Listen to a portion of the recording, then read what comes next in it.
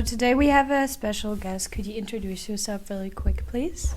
My name is Jonathan Esteves, and I'm a teacher at SIS. So we heard you ran a marathon last week, so we wanted to ask you some questions regarding that. First, why did you choose to prepare and run for the marathon? I think I wanted a new goal and a new challenge. I've run 3 marathons before, but those were quite a while ago. And I haven't really been running much like the last 2 years. So I thought I need to get myself back on the running train, and the best way to do that is to train for an event. Yeah. So I signed up for the marathon and I got myself a coach. And I just thought it'd be good to have that accountability. Great. So what was the process behind it? In terms of preparing for Yeah. it. I started about 4 months out from the marathon. And as I say, I got my coach and he set up the training program for me. So it was mainly training 5 days a week, and then it involved shorter runs and speed work and longer runs. And then, that obviously built progressively up until, 2 weeks before the marathon when I rested. That was pretty much it. And so how did you balance work-life with preparing for the marathon? Were there any challenges to it? Yeah, so I mostly ran in the mornings, which was difficult, especially during winter. Mm-hmm. But I managed to do it mostly. I only missed a few sessions. I'd say in terms of challenges, obviously waking up early when it was cold and dark was difficult. And balancing work life, I think the best thing to do is to just have a routine and a schedule. So for me, running at the same time every day was helpful. If I hadn't set a time okay, I'm going to run in the morning, I think it would have been more difficult. So I would say having a routine and sticking to it, forming a new habit, is the best way to do it. Mm-hmm. And then would you say that physical exercise is an important aspect of keeping a balanced lifestyle? Mm-hmm. I would say it's the most important aspect. I think people underestimate it and they think, it's going to be so difficult to go for a run or do exercise. But then after you've done that, you feel so much better. So even for me, after, long day of work, the best thing you can do is go for a walk or something. Yeah. So definitely. Thank you for answering those questions. And that was it. Welcome back to our podcast. For those who are new, I'm Mia. I'm Lola. And I'm Sophia. So today we're going to talk about the challenges of maintaining a healthy lifestyle while also at the same time doing the IB program. And we'll just be giving some tips, sharing our experiences and what we do to keep ourselves motivated throughout those 2 years of IB. So I think one of the reasons why keeping ourselves healthy is so important, because it just leads to greater success. Mm-hmm. The moment we have enough sleep, we just feel good, you just can focus so much better and you feel productive. Do you guys want to say something to that? No. Yeah, I agree completely. It's also important to have a balance between your work life, school life, and just normal life. You should definitely still hang out with your friends and have some rest time, but also be able to focus on your academics and organize them. Yeah, it's very important to have time management is the key to this. Which we'll talk about in a second. But Yeah. that's why we're talking about this topic today. Because it's just, without, if you're not healthy, you can't succeed anywhere in life. It's so important to listen to your body and just to be strong and healthy, to be able to do everything you want to. Yeah. So we will be answering some questions that have to do with mental health, exercising, and energy. The first question is how you handle stress in the IB. Well, I have to stay organized to be able to handle the stress. Otherwise, I feel completely lost and don't know where I am, and that makes me feel even more stressed. Mm-hmm. So that doesn't work out. And also I fall behind if I don't have a schedule where I know, okay, this is until then and this is until then, because otherwise everything will just come together, and at one point it's impossible to do everything at once.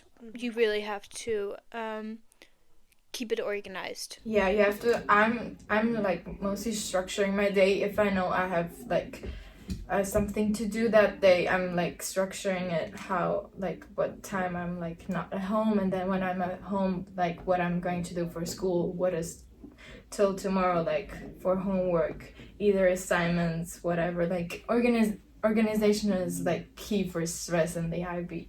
Yeah, I completely agree with both of you. What I also do, which might not be like the best way to like motivate yourself, but whenever I feel like really unmotivated, I like make myself something sweet or just like a snack in general. So I'm like, okay, well now did this. Now there's no reason for me not to study, and it's just like a reward while I'm studying. Also, if I can't really concentrate on my work at home, I go to a coffee shop because for some reason it just like puts me in this like work mindset, and I'm like, people are looking at me like I actually have to do work, which helps a lot. So that's a good tip.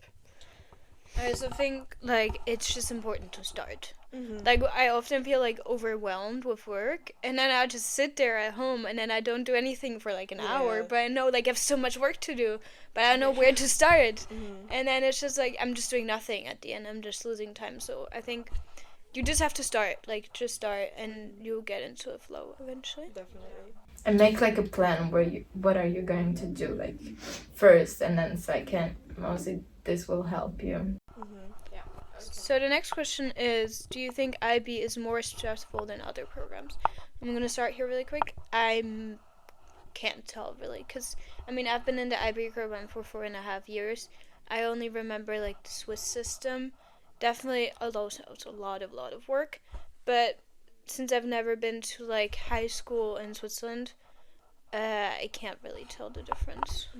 I've been like, I'm new here. I came like 6 months ago, so I know like I can see the difference between like the IB and like I'm from Germany, so like the German like school system. It has, the IB is like a more, you have so much more things you have to do individual, not like learning, but like at home, like your assignments, your homework, and the teachers of course like explain everything to you, but but the German like system is way harder than this one, and it has so much more like to learn and to like even the exams are like way more exams in the German system than there is like in the IB. Yeah. And for me, like Croatian wise, I have a roommate that goes to a Croatian high school, so we're always comparing our work. And honestly, the main difference is that the IB has like fewer subjects, especially now during the DP, we're doing fewer subjects than like a Croatian high schooler would, especially in the gymnasia type of high school. But there's definitely a lot of there's definitely like a lot of different tests in Croatia. Like they have a lot of oral tests all the time, and they have much more like unit tests.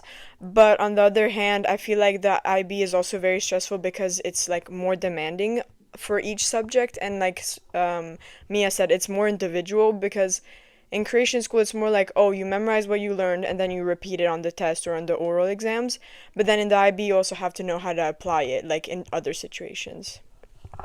Yeah, I think like the key difference, I wouldn't say that IB is easier than the German system or any other system. It's just so different that you can't really compare it, in my opinion, because there's just so many different skills that are wanted and needed from you in the IB system than compared to like a traditional school system. So I think for some people this might be much easier because we have so much more independence and they can structure however they want to and just get their work done because it's like but for others that independence really is a struggle for them because they don't know how to do everything on time, have the independence, and actually work effectively and productively with it. Yeah, I think every program has its like negativities and positivities. Maybe in some programs are more difficult in other areas than like the IB. Of course, you can't compare them really good. Yeah. So now we're gonna talk about the importance of time management. How important is time management in the IB, guys? I mean, I think we already mentioned this like 500 times until now. Really important. Really, really important. You have so many assignments. You like need to submit them at, like, on time. Either if you don't submit them, you're gonna get a 0, and that's not good for you and your grade, of course. Not even that, not even like the grade, but it's also just like if you keep piling the work, at one point you're just gonna completely burn out and you're not gonna have any more motivation to work more. So you really have to organize it for yourself. And especially like sometimes what I see myself doing when I haven't organized my work properly is like I give up on one subject to work on the other one to get a better grade on that one, and it's like that's not good, and you should really learn how to manage your time. It also affects like some people's like sleep schedule. Yeah, because they work like into the night, because over the day they came like they didn't do anything, and then like they saw like a few hours before that this assignment is due, and then they work like all night. Guys, you can't do that. That's not good for your health, and like stress is really like okay. Yeah, also time management is important to even like just study the subject. Like you need to constantly, which we all should get better at, repeat at what we're learning, what we just learned in class, and repeat it at home. And if you don't have time a lot. But and then if you have a test, like trust me, a day before, that doesn't work out most of the time. We're just studying a day before. So time management is also really important to understand. Okay, I have this test in like a week. Maybe I should start like at least with like only half an hour a day. But that's how you actually get to memorize and learn what you have to learn. I think you should use your time really wisely. Also, if you don't have anything to do and you think, for tomorrow there's no assignment, but there's one for Friday, do it anyways, because it means so much if you have. Because otherwise, you don't know. Maybe the next day, bam, you get like 500 assignments, and then you didn't do that one assignment. Well, bad luck to you. You can't do it now. Like now, you have a problem. Yeah. The whole night. No, that's not our tip, guys. Don't do that. No. Then energy levels. Like, how do we keep ourselves energized? Through what? Through food and throughout the day, and how do we like manage all these exams and workloads? Well, definitely, I think, of course, a healthy meal is very important. Healthy sleep schedule, that's like the baseline. But then also, I think it's very important to like know how to motivate yourself. So I already mentioned like those snacks and everything, and like I already mentioned the balanced life. But I think like that's mainly it. If you're able to eat healthy, if your body is healthy first, then your mind's gonna be healthier, and then you're gonna be able to go through school much easier, and you're gonna be able to like tell yourself, okay, I have to organize this. And then just like also give yourself breaks sometimes, and like go out with your friends and like socialize, because that's also very important for you. Yeah. You can't just stay home and like do all the things. You have to like have social life also, and exercise and everything. And you need like me personally, after school, when I come home, I need like 1 hour break where I just eat something that's gonna give me energy, and then after that I have the energy to do all the school stuff.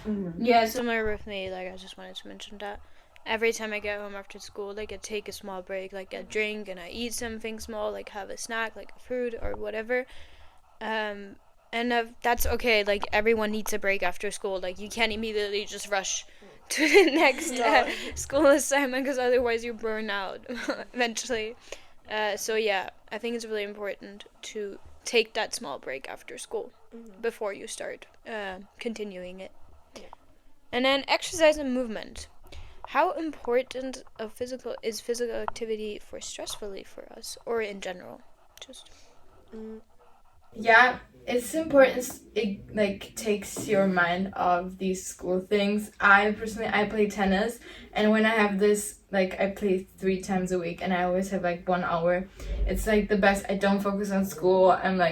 It's like relieving more than it's like stressing me. And basically tennis also with if you like hit the ball, you can like hit it however you want. So what I wanted to say with that is like it takes your mind off these school things, which is really helpful, because if you think all the time about those things, this is not good for you and your mental health, and like like Sophia said, you're gonna burn out eventually. Yeah, I definitely agree with that. Like, just movement in general is good for your stress relief. If you don't have the time to like maybe have a outer school activity like a sport or something, then definitely like at least go on a walk once in a while or like a little jog with your friends. But just definitely like exercise in any way you can, or even just like YouTube tutorials, for like exercises, honestly, like some workouts. Anything. Yeah. And like your body's gonna be better then too, and then like later in the future, it's definitely healthier while you're still growing to like do some sport or some workout. Yeah, I also say like I feel also so energized after doing like I also play tennis, but also go on a run frequently. I just feel like now I have the energy again to actually study, and my brain is like all the information and all the like It gives you all the everything that was up in here like was kind of like processed now after the sport, and now I have new space in my brain and I feel refreshed, and now it's like up to the next round of studying and doing homework. yeah. What type of physical activities do you enjoy the most and why? Well, I already mentioned I do tennis because I think, as me already said, you can just hit the ball as hard as you want. It's relieving, guys. So you can, all the stress, you just hit it out. And then running, I think, is really like a mental, like it's really good for my mental health because it's like an hour of just not thinking about anything other than just moving one step from and one step further, and just enjoying nature. So that's like Well, I used to do volleyball, but I don't anymore. I wish I still continued to do it, but I just like can't manage my time very well. I'm still not good at that, so I think it's better if I have more time where I can manage my schoolwork. But we still play volleyball during lunch, so at least I get to do that then. That's like really important a factor. We have an hour of lunch break, and that hour of lunch break, you're not gonna sit there and eat for an hour. You really like go outside, like socialize and move yourself, because otherwise you will, at least for me, I do not have enough energy to last the entire school day. So that's like really an energy booster to play volleyball during break. Yeah, the food gives your energy, and like the volleyball also. It's like And the fresh really air. helpful. Yeah, and the sun, the Croatian sun. We Yeah. love it. I do tennis too, as I said, and as Sophia mentioned and I mentioned before, it's really relieving, and I try to jog sometimes, but like it's really a love and hate situation. It's like when I have the time, I'm going like for a run, but like that's like really that's happening like just sometimes, not often, not like Sophia frequently, and I can't run like a lot. I'm really like bad at it. As long as you do something, it'll be good. Yeah. Yeah, I think that was At least it. you're trying, like try. Yeah. Do something, like go out, smell the air, Touch grass. touch grass, connect with photosynthesis. Connect with the nature, guys. Like, yeah. Do you have tips or takeaways for the watchers there? Time management, you guys. Like, if you don't have that, start learning it for the IB program. We're not perfect at No. it. We're also trying to figure it out right now. But like, we can give you like some insights how it is and what effects it could give on you. So guys, just manage your time. And also for study tips, maybe I found like a really good way that it works for me. It's like 45 minutes I do work and then 15 minutes I have a break. But don't go on your phone while you have that 15-minute break. Just like read a book or like take another snack, like exercise a little, stretch, like walk around for a little, like around your house. But like don't go on your phone, because then your motivation is just gonna like go away and you might just keep scrolling on your phone and then not end up finishing your work. So yeah. So I think this was it for our today's podcast about health and balancing our lifestyle with the IP program. Thank you for listening. Yeah, thank you. Bye. Bye. Bye.